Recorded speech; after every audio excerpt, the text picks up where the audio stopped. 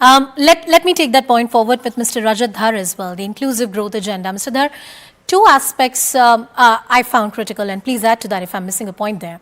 The role of MSMEs and the leading role in innovation that perhaps private enterprises or the startups can play is a story that the entire developing world is very keenly looking forward to, and that resonated in that particular statement as well.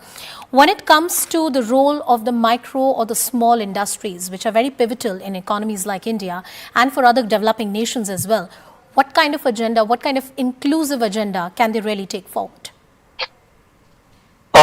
Thank you. And while we're talking about the MSMEs or even micro and small scale, let me tell you, when we talk about the southern world, we had an experience where we did the Vietnam-India conclave.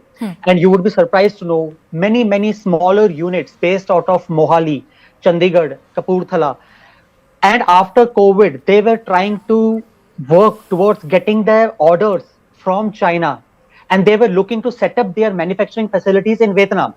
So if we take that as an example, and we are seeing that the whole African continent is getting open, there is a huge scope for the Indian corporates, small and medium scale enterprises to enter into, because the market is absolutely huge.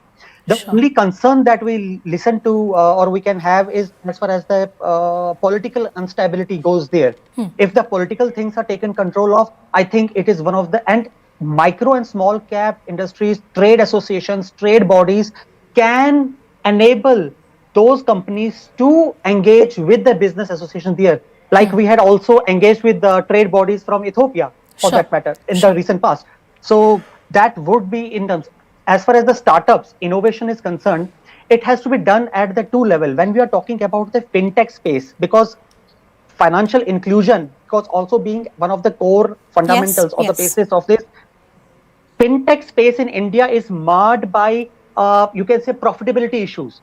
They are doing really good, but to come into a profitable level, they have a long gestation period. So we will have to work where the established banks in India, like one of the head of from the ICICI Bank, he told that it is a time when big Indian banks and fintech companies can combine together with MSMEs or micro enterprises, can create an ecosystem or a supply chain where the African market can be optimized.